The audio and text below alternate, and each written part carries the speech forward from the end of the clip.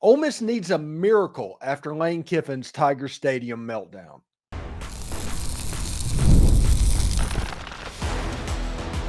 You are Locked On Ole Miss, your daily podcast on the Ole Miss Rebels. Part of the Locked On Podcast Network, your team every day.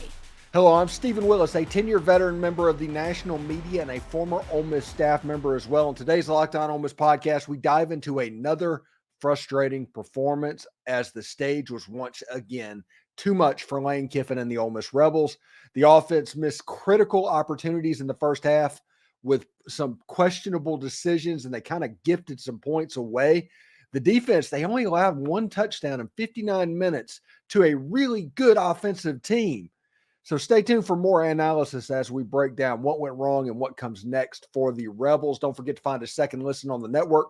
Chris Gordy at Locked On SEC or Corey Burton at Locked On Vandy offer other perspectives on Ole Miss, the SEC, and even college football. So check it out. This is the Locked On Ole Miss podcast, your daily podcast on the Ole Miss Rebels, part of the Locked On Podcast Network, your team every day. We're free and available on all the podcast apps and on YouTube. Thank you for making Locked On Ole Miss your first listen every day, and a special hello to the insiders and everydayers who make the show what it is. Today's episode is brought to you by Game Time. Download the Game Time app, create an account, and use code LOCKEDONCollege for $20 off your first purchase. The game against LSU Saturday was unbelievably frustrating, and it was unbelievably frustrating because Ole Miss was the better team, and Ole Miss should have won that game. We always said over the previous 4 years that Lane Kiffin doesn't lose games that he's supposed to win. He does pretty well in those type football games. Well, this season, 2 games that he was supposed to win, he has given away, and there might be a reason behind that. So let's look at what we learned from the LSU game. A defense on Lane Kiffin's team will always be a supporting character, even though they're the dominant portion of this team. The defense only gave up 1 touchdown in 59 minutes, as you can see from that number 2. One of the top offenses in the entire country, the defense was able to hold them down to 16 points for 59 minutes. And the offense gave points away, literally gave points away, did things like going forward on 4th and 1 with tempo and asking Jordan Watkins to block a defensive end. Absolutely silly calls, especially when you have JJ Pegues, who is a 1-yard getter. So every 4th and 1, do the substitute, let him know it's coming, and do what has to, and let him get the first down because nobody's proven they could stop it yet. Like I said, that defense held that top offense in football to 1 TD for 59 minutes, and Ole Miss ended up losing that game. And you know why Ole Miss ended up losing that game? It's the third bullet point on this page, and that is LSU followed the Kentucky blueprint of simply just waiting for Ole Miss to self-destruct. Frustrate them as much as possible, wait for them to get greedy. When they self-destruct, take advantage. That is what LSU was able to do at the end of the game when the defense was kind of worn out a little bit. They were able to do that. They held Garrett Nussmeier to 40% completions. They picked him off twice. If the offense had a pulse at all, Ole Miss would have won this game. In fact, Ole Miss should have had 30 points in the first half of points that they just left on the table. So my take after this game is that Lane Kiffin isn't willing to let the defense run this team, and that cost him down in Baton Rouge. If Lane Kiffin would have let the defense take control and do everything to benefit that defense, Ole Miss would have won in Baton Rouge.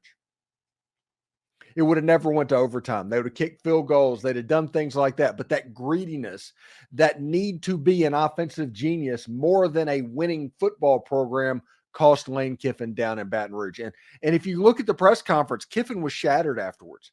He literally thought he was winning that game. Jackson Dart was completely broken up. But the offensive game plan was absolutely terrible. And we have to figure out why that happened. Now, there was one bright spot on offense. And that was the return of Ulysses Bentley, who we have not seen through 6 games this season, had 11 carries, 177 yards, and a touchdown. He was the Locked On Player of the Week. And because of that, we're going to put $100 in his Roy NIL account for winning Player of the Week as well. We'll tell you a little bit more about that tomorrow. And if you look at the keys of this game, this is what I said last week would have been the keys to this football game. The Ole Miss defensive line affecting Garrett Nussmeier, that'll be massive. And Ole Miss was able to affect Garrett Nussmeier. They didn't get to him. They didn't hit him. Like I said, they just needed to get him off his spot. At the end of the game, that dude competed his butt off. And props to Nussmeier in this game. Very good stuff. Jackson Dart getting out of his funk, and the offense would be needed in Tiger Stadium. That obviously did not happen, and the tight ends were basically gone. Ole Miss just didn't use them, and that is absolutely crazy whenever you look at some of the plays with the wide open wide receivers. Listen, this Ole Miss offense doesn't have a normal progression like others do. Whenever you look at NFL offenses, Lane Kiffin quarterbacks aren't populating NFL offenses right now. You have to go through and get a lot better, and you have to see what's going on. Matt Corral lasted about a year. He didn't even start in the UFL. You have trouble whenever you deal with these progression-based offenses coming from a Lane Kiffin offense because it's an either-or type deal. You either throw it to the X receiver or you check it down to the Y receiver or something like that. There's not a progression 1 to 2 to 3 whenever you're just scanning across the field the way that we all know football. That doesn't exist in this Lane Kiffin offense. If it did, Jackson Dart would have had a bunch of people that was just turned loose. LSU in this game, to their credit, just turned underneath receivers loose because they knew they weren't in the route. They knew they weren't being counted on. When you look at the interception that Jackson Dart threw on the long pass to Caden Lee, there's a wide receiver wide open 10 yards downfield on the sideline. If he caught it, he might have scored a touchdown. But LSU didn't have to worry about him because LSU knew that he was not in the route. I think Ole Miss needs to do some serious self-scout offensively to see what's going on because people have kind of started to figure out this Lane Kiffin tempo offense. Now, the next generation of it is going to be very important. And it's never, it's kind of a living organism. But right now, the defenses are catching up to what Lane is doing, kind of the way that teams caught up with what Mike Leach, rest his soul, did with the air raid offense slowly. It just happens. People are good at doing that. And right now, there's kind of the pendulum swing toward defense at the moment. It's really interesting. I mean, in a game like this, it's no different than the Alabama game in 2021, the Arkansas game in 2022, the Georgia game a year ago, the Bama game a year ago. When Ole Miss travels on the road to large types environments and large types games to where it feels big, something's going on, Ole Miss kind of freaks out. They do. Everywhere they've been, they just freak out. And it's not degrading the players or anything's going on because I do think, as I said on the postgame show, that a team takes on the personality of their coach. And I think Lane kind of freaks out in those moments too. Lane wants that moment so badly that everybody can feel it switch.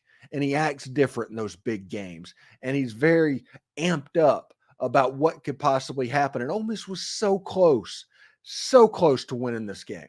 But close doesn't count. Not for a coach that makes $10 million a year. Not for a fan base that has contributed to an NIL for what should be an efficient operation. But Ole Miss is actually using less players than they normally do. We thought we were replacing Quinshon Judkins in the aggregate when you look at the players that Ole Miss brought in. But Ole Miss is doing a 1-for-1 situation at the running back room. It makes no sense. Ole Miss brought in all of these offensive linemen. These same 5 offensive linemen are playing and a whole bunch of people are watching. Same thing goes at wide receiver. It is kind of infuriating when you look at us wearing down at the end of the game. I had people reach out to me at the LSU game. It's like in the fourth quarter, we are wearing out. And he said it's because of the way they practice. Their stamina isn't quite there because of the way they practice. And that makes a lot of sense with the kinder, gentler spring practice they did with the hot dog eating contest and all of that back in the spring, to where you didn't even know a depth chart at that point because they were so afraid of the spring transfer portal window. A lot of the stuff that you could have had figured out wasn't figured out in the spring. You get to fall, you're trying to rush it all together and get it good to go. But by what we're seeing is we're 7 games into a season, and Lane Kiffin and Ole Miss aren't even really sure about their own team. They don't know what they have. You don't have the battle tested. You don't have the reps. You don't have all of that stuff. And that is kind of infuriating in what was going to be the biggest season in Ole Miss football history. Now, Ole Miss is not done mathematically. If Ole Miss wins out, they're likely making the playoff. But that is the only way they make the playoff. They have to win their next 5 games, which if you look at their last 3, there's nobody that's going to be confident that that can happen. But let's say Ole Miss wins their last 5 games. They're going to get into the playoff, and all of a sudden this season will be a success and all of that. If they miss the playoffs, the season was an absolute failure. It was. From the transfer portal to the Grove Collective to coaching on the field to the way they handled personnel to how they did practices, everything, a failure. And there's no getting around that. But if they handle their business over the next 5 games, you can have a little bit different story. But that LSU game was terrible. It was absolutely terrible. It was the biggest moment in Lane Kiffin's head coaching career, and he completely crapped his pants. So it's not good. Anyway, but it wasn't the defense's fault, honestly. Genuinely was not the defense's fault. But LSU followed Kentucky's blueprint of frustrating Ole Miss until the Rebels unraveled. You know, how did the Tigers force them costly mistakes? How did that wear down the defense? And this defense held LSU to 7 points offensively, 1 touchdown and 3 field goals in the fourth quarter of the game against that offense. The defense should be commended, but you can't ask them to hold up all the time. It's absolutely ridiculous. Anyway, we'll tell you about it in just a second. When you're hiring for your small business, you want to find quality professionals who are right for the role. That's why you need to check out LinkedIn. LinkedIn has the tools to help you find the top professionals for your team faster and for free. You know, from my own experience, hiring can be a challenge, especially when you want to make sure you get the best candidates. I've used LinkedIn Jobs to fill key positions on my team, and the process was incredibly smooth. It made finding qualified candidates so much easier. The platform does all the heavy lifting, allowing me to focus on what really matters, and that is getting the right person on board to start with.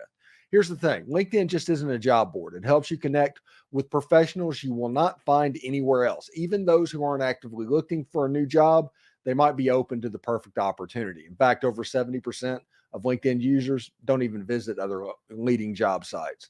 So if you're not using LinkedIn, you're kind of missing out. And get this, 86% of small businesses, they find a qualified candidate within 24 hours. Ready to make the right hire? Post your job for free at linkedin.com/lockedoncollege. That's linkedin.com/lockedoncollege to post your job for free. Terms and conditions apply. Hire professionals like a professional with LinkedIn Jobs. This episode is also brought to you by College Corner, your one-stop shop for all things Ole Miss. You know, game day is just around the corner, and for Oklahoma, we are rocking powder. The fans are wearing powder. So head on over now to College Corner or pick up your perfect game day gear. Whether you're gearing up for football, basketball, or baseball, College Corner has you covered. They're located off of Sisk Avenue, right across from the new Chick-fil-A. Getting to the store is a breeze, and there's plenty of parking. And for those of you out of state, no worry, visit collegecornerstore.com where they turn around orders lightning fast. You have time to get that done and do it that way. Going to College Corner Store as opposed to going to their locations in Oxford, Ridgeland, or Flowood. So trust me, this just isn't a pitch. College Corner is where I get all of my Rebel gear. So visit collegecornerstore.com or stop by College Corner today.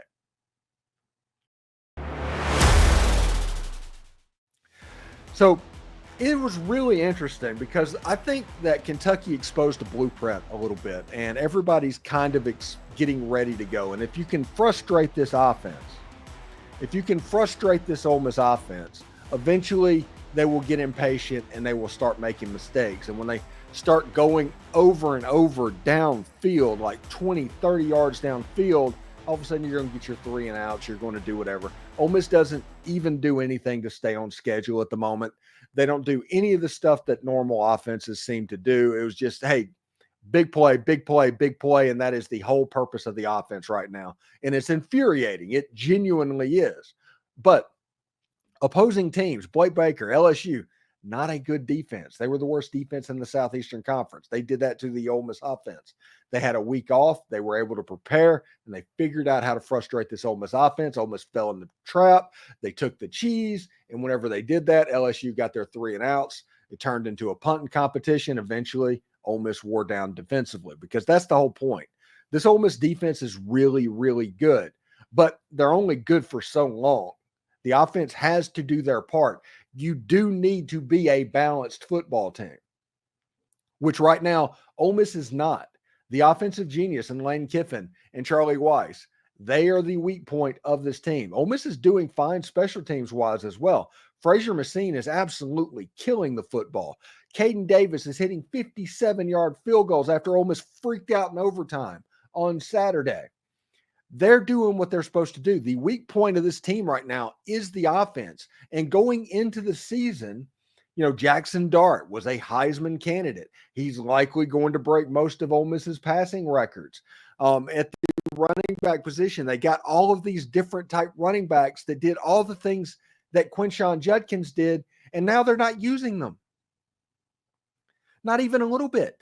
They're not using them. All it is Henry Parrish. Let's just run him ragged, sit Ulysses Bentley on the bench. Rashad Amos is not even getting looked at right now. Dominic Thomas is not getting looked at. What did Ole Miss fans spend their money on is the question. The wide receivers, they're not necessarily being used. Juice Wells is out there just running routes. Now, he had a couple of contested catch drops, but they're not doing anything to scheme him the ball. The weapon that Ole Miss has offensively right now with Trey Harris being injured is Caden Lee. You didn't even see Jordan Watkins do that much. This offense is weird right now, man. This offense is really weird. And I don't know why they got so weird so quickly. When this offense is at its best, they're operating inside the play at 3 different depths, deep, within 10 yards in the line of scrimmage, within 10 yards in the line of scrimmage, within 20 yards. They're operating in those depths. They're operating in all 3 quadrants going in the width of the field. And it doesn't necessarily, it's kind of different. Right now, everything is in all 3 deep quadrants down the field. Everything has at least 15 yards of air on there. Nothing is short. Nothing is quick. And the defense knows that. So they can just drop back and sink.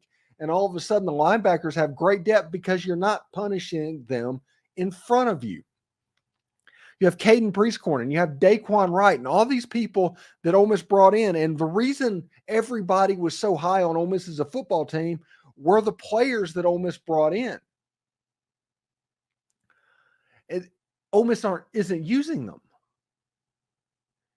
They just brought in people to sit on the bench. And if something's not working, there is no substitution. They don't do anything like that. It's beyond weird at the moment. So we'll see exactly how that goes. It should be cool. But that defense, man, we need to give the defense their flowers.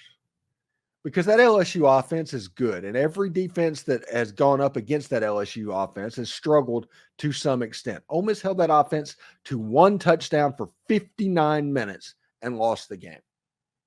The offense didn't take the points. Whenever this defense is so hard to score against, if Ole Miss would have gotten up at any point in the second half by 2 scores, Ole Miss would have likely won the game. They would have been because of the defense. But the interception that Jackson Dart threw in the end zone was one of the worst passes I've seen this year. It goes back to 2022 when Dart was doing his duck and chuck downfield. It was terrible. All Ole Miss needed was a field goal, and that was a 10-point game with like 6 minutes to go in the game. That's all they had to do. Win the game. Take the points. Do not get greedy for a touchdown. That is something that this offense does insanely too much right now. Is they get greedy and they want touchdowns. You don't need touchdowns because this defense is so hard to score against. If you just play football and take the points where you can, just on field goals, Ole Miss left 6 points on the field easily. If they just kicked the ball and played for the field goal, Ole Miss gets 6 points on the board. Those 6 points is the difference between winning and losing, all because of analytics. I don't want to hear it. All analytics are is just deferring responsibility and accountability for a decision. The point is to win the football game, not score a touchdown. And it is infuriating when Ole Miss has a 1 yard thing in JJ Pegues and they rush up and they run inside zone and they ask Jordan Watkins to block a defensive end who is crashing down, who is pinching down. So you have to get in front of him. It was not fair from the beginning. Never was fair. All because they rushed. That's one of the reasons I put this on the staff. Stuff like that is a staff thing. The way that practices are done is a staff thing. The way that they organize stuff on the outside is a staff thing. Personnel decisions, a staff thing. Going for it quickly on fourth down, it's a staff thing. Doing things like that, that is all on the coaching staff. That is not on the players. And did the players make mistakes Saturday night? Yes, of course they did. They do every game. And when they do, I get on them. Like Henry Parrish did not have the best game in the world Saturday night. He just didn't. He had a fumble on the ground and he was horrible in pass protection. But that doesn't mean Henry Parrish is horrible. That means he had a bad game. It was up to the coaches and the coaching staff to put these players in the best situation to win the game. And that was riding on that defense and taking the points and doing what needs to be done. Like I said, Ole Miss does have a mathematical chance to make the playoffs still. They have to win out their last 5 games. That's Oklahoma at home, at Arkansas, against Georgia, at Florida, and against Mississippi State. Ole Miss has 5 SEC games to prove their worth, and if they win them all, they probably deserve to be in the playoffs. But after the first 3 SEC games, you can understand the trepidation of people actually getting there. It's the reason we said that LSU game was a must-win, and we meant it was a must-win. And it's a must-win because Ole Miss is like behind 6 8 balls right now. And it's upsetting. So we'll see what goes on about that. Anyway, week 8 SEC betting lines are out and the matchups are heating up. Which teams are the favorites and where can you find that best value? Stay tuned for the latest odds and expert picks. Game Time is the place to get your Ole Miss tickets with killer last-minute deals, all in prices, views from your seats, and the lowest price guarantee. Game Time takes the guesswork out of buying Ole Miss tickets. You know, Vaught Hemingway does not have a bad seat in the building, but this way you can see exactly what the view would be from that seat before you buy the ticket. They have the lowest price guarantee, event cancellation protection, job loss protection, etc. They take the guesswork out of buying Ole Miss tickets. And with this being the most anticipated season in Ole Miss history, or I guess was the most anticipated season in Ole Miss history, I might even be able to help you out with tickets. Download the Game Time app, create an account, use code LOCKEDONCollege, all one word, for $20 off your first purchase. Terms apply. Again, create an account and redeem code LOCKEDONCOLLEGE for $20 off. Download Game Time today. Last minute tickets, lowest price guaranteed. Should be pretty interesting indeed. I hope everybody has a good time with what's going on there. So week 8 in the SEC is kind of interesting. Ole Miss is on a bye week for the game, which, you know, Ole Miss needs it. Ole Miss desperately needs it. But there are 8 games worth mentioning. Auburn, first of all, is at Missouri. Missouri's favored by 7.5 points against the Tigers. I mean, I guess take the Tigers in that game. Ha ha ha. But I look for Missouri to handle Auburn pretty well. Auburn's not a particularly good football team at the moment, but they do have the penchant to make explosive plays. So if Missouri's defense shows up and plays, that's interesting. Remember, Corey Batoon is the defensive coordinator for Missouri. And obviously the offensive coordinator is Hugh Freeze at Auburn. So those two probably know each other because they used to work together at Ole Miss. South Carolina is at Oklahoma. Oklahoma is favored by 2.5 points. The running quarterback for Oklahoma and what they did against Texas did not look right. It did not look good. And South Carolina's defense, they did a decent job with Jalen Milroe. You're basically getting a C- Jalen Milroe at the moment. I kind of like South Carolina in that game if they can score. They do need to score points, but South Carolina's defense should be good enough to keep Oklahoma down a bit. Alabama is favored by 1.5 at Tennessee. That's interesting. Tennessee has not looked good the last couple of weeks. Alabama has not looked good the last couple of weeks. I have no idea about this football game. None whatsoever. That's probably the reason it's so close to a pick-em is nobody else has any idea either. Texas A&M is favored by 15.5 on the road at Mississippi State. Mississippi State's getting better and better and better as this season goes on. Their their quarterback Van Buren, he's had 3 touchdowns against the Georgia Dogs. Mississippi State only lost 41-31 in that game. So we'll see. Texas A&M is due for their stinker. The last one was the Notre Dame game. They're due for another one as well. LSU's favored by 3.5 at Arkansas. Should be interesting. Arkansas has a good offensive team. LSU does not have a particularly good defensive team, although they looked really good against Ole Miss. But I expect Bobby Petrino will have those guys ready to go as well. We'll have to see if Taylor Green plays any significant role in this game. That's going to change things. If he does not play, take LSU and all the points and see what happens. Ball State is at Vandy. I think that's the wrong number. I'm not sure exactly what it is, but I think that's the wrong number. Vandy beat Kentucky over the weekend. They are 4-2. They are literally 2 wins away from making it into a bowl game. Diego Pavia is doing magical stuff. I enjoy watching the Vanderbilt Commodores this year because they do a lot of that gun option stuff that is really cool, and they're giving people fits right now. So Vandy is kind of a hot team in college football. The game of the day is the Georgia Bulldogs at the Texas Longhorns. Texas is a 3.5-point favorite against Georgia. Texas looked really good against Oklahoma, but that also could be about Oklahoma's quarterback situation and their lack of offensive linemen, and all of that stuff could cause the problems that they were going through.